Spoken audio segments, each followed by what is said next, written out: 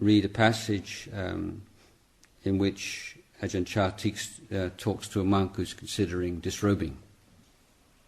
In a memoir of his training at Wapapong, a monk writing under the pseudonym of Lung Ta remembers an occasion when a senior monk, the abbot of a branch monastery, arrived with the news that he'd fallen in love and wanted to disrobe and get married. Luang Por said, "Flip this love of yours over into a universal love, a love for all sentient beings, like the love of a mother or father for their child. It's the way that I look on everyone here as my children or grandchildren. Wash the sensuality out of your love, just like people soak the head of a wild yam to let the poison out before they eat it. Love is the same.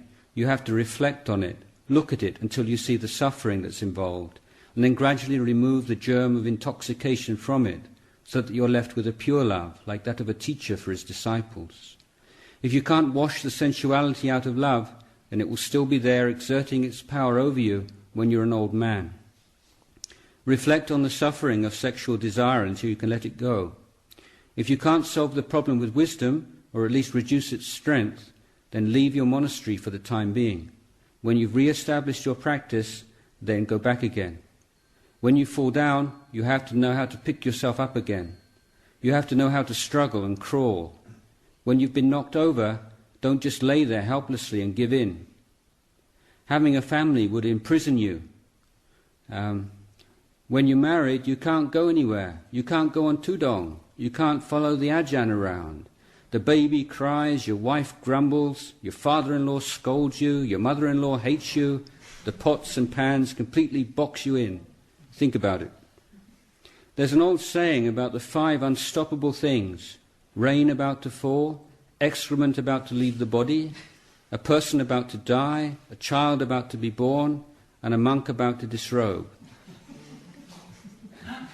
The first 4 are unstoppable, it's true, I believe, but not the last one.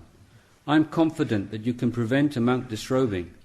I myself once thought of disrobing, and I changed my mind. If you disrobe, you'll have to take on burdens, establish yourself in the world. It's not as free and congenial as being a monk. There's a saying, living a solitary life is really comfortable, but there's no fun to it. Living with another is really fun, but there's discomfort and suffering in it. I would say that there's only very little fun to it. It's like the taste of food. The taste is all on the surface of your tongue. As soon as you swallow, it's gone. But if you keep meditating until your mind becomes calm and lucid, and you see the Dhamma, then you will truly be at ease. Sometimes you can be so full of bliss that you don't need to eat at all. And it's a profound ease, not just a pleasant sensation on the surface of your tongue. There's a story about a monk who disrobed and very shortly afterwards got married. On his wedding night, he started to cry. His wife said to him, "What's the matter, dear? Have I done something wrong?" "No," he said, "I'm crying from regret. If I'd known married life was like this, I would have disrobed years ago." But time went on, and then there were children to raise, and he found he couldn't compete so well in the world. He'd been a monk. He couldn't be as deceitful as other people. It was more difficult for him to do immoral things. Now all he could see was the suffering of lay life, and before long he was crying out to reordain. You've been a monk for many years. Do more meditation. Look inwards at your heart. Why do you have to disrobe? And what about all your lay supporters that used to come and pay respects to you? How will you be able to look them in the face? And what do you think you'll do once you're disrobed? Whatever kind of suffering arises, then contemplate it. Look at it until it's clear. Sometimes when it's not clear, then you have to fast and go without sleep and fight with it. Be willing to die. Ajahn Tongrat once considered disrobing. He wouldn't listen to anybody who tried to dissuade him. His mind was made up. But then he asked for an axe from the villagers and started chopping logs. He chopped for 3 days and 3 nights until he was exhausted and his hands were covered in blisters. Then he shouted out loud, "Now do you know who the master is?"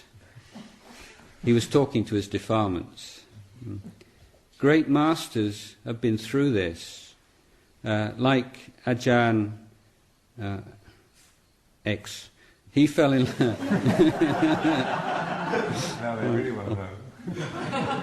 No, I don't know who it was. He fell in love with a woman who put food in his bowl and arms around. His friends took him off to meditate and shut him up in the boat. He fasted for 5 or 6 days, and then his mind flipped over. He saw the unattractiveness of the body. His mind became calm and lucid. He saw the Dhamma, and so he survived. Sexual desire is your weak point, and you have to remedy it with meditation on the unattractive parts of the body. Keep testing your strength until you know how much you can take. Don't let the defilements keep punching you on your weak spot till they knock you out. Develop more skill in meditation. If the defilements come high, then duck underneath them. If you're not strong enough to take them on, then when they come at you low, jump over them and run away for the time being.